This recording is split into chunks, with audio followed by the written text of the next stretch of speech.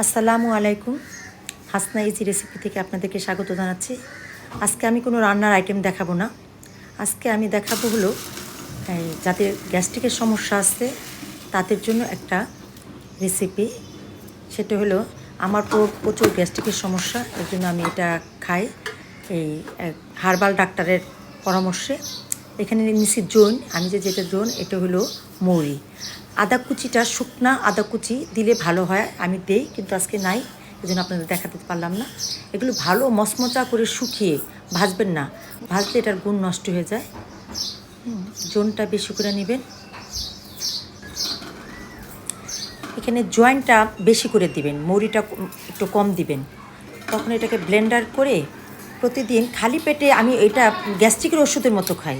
গ্যাস্ট্রিকের ওষুধের জায়গায় আমি এটা প্রতিদিন 1 চামচ করে ছোটো গ্লাসে করে গুলিয়ে আমি খাই। আমি মাশাআল্লাহ ভালো ফল পাইছি।